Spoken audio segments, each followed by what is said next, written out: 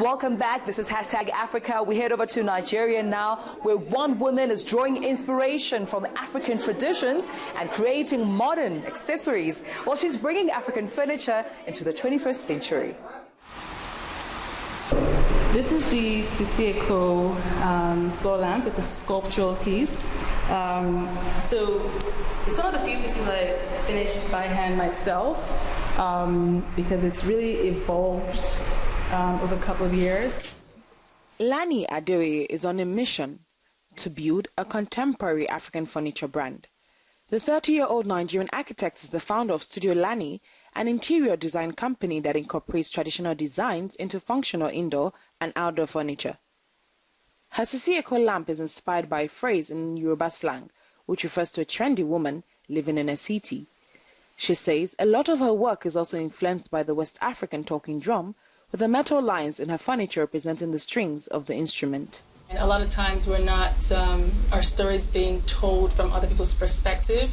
So I think there's something really interesting about being in this point in time now where we as Africans, there are other African designers like myself who are exploring and trying to sort of, create their own narrative that showcases our beautiful, diverse culture in a positive light.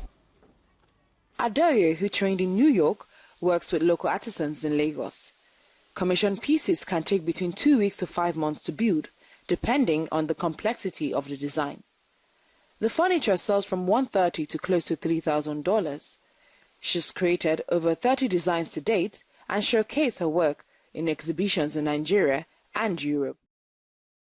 Well, so many women are right here at the Pan-African Women's Business Association held at the African Pride Hotel in Johannesburg, South Africa. We're meeting women who are here to meet some of those challenges facing women's economic opportunities right within the continent. But one woman who seems to have found the formula and still, of course, doing her best to ensure other women win as well in the continent is Rosalie. Now, she's the Managing Director and Partner at Wine Roots Limited. Rosalie, thank you for your time. Thank you. Thank you for having me.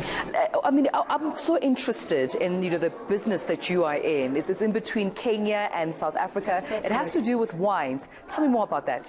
So what we do is that we export wine from South Africa to Kenya, and we distribute it in Kenya to various hospitality locations like the hotels, restaurants. We actually also supply Kenya Airways business class wines from South Africa. Interesting. Yes. We know that the Africa Continental Free Trade Area Agreement is meant to make that trade between various countries in the continent easier. Yes. Have you experienced that there are more challenges right now?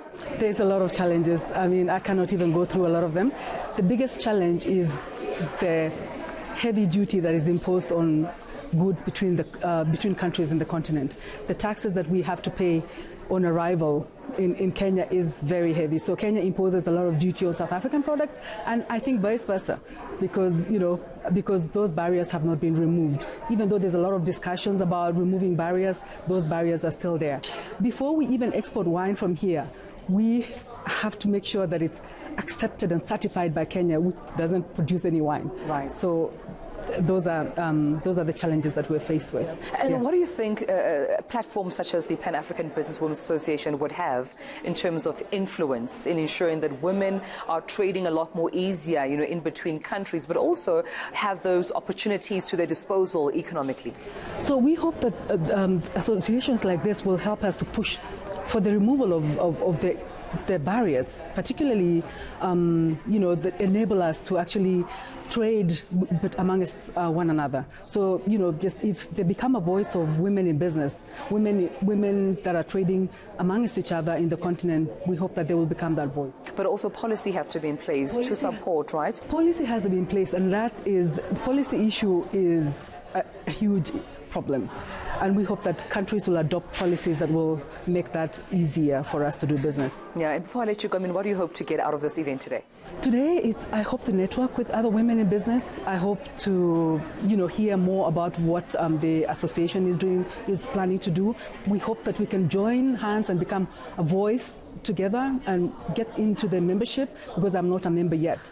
So that we can put our voices out there, so that we can let them know what the problem problems are that women are faced with when they do business amongst each other in the continent. And indeed, when you're where there's a woman, you know that a community is meant to benefit. Absolutely. So thank you so much for joining us, Rosalie. Thank you for having me, and thank you for the opportunity. All right then. Well, of course, that is Rosalie, the MD and partner at Wine Roots Limited. Well, she, of course, imports, wine. This is between South Africa and Kenya, and we need more women in that space. But speaking of which, let's take a look at other headlines making news in the continent of Africa.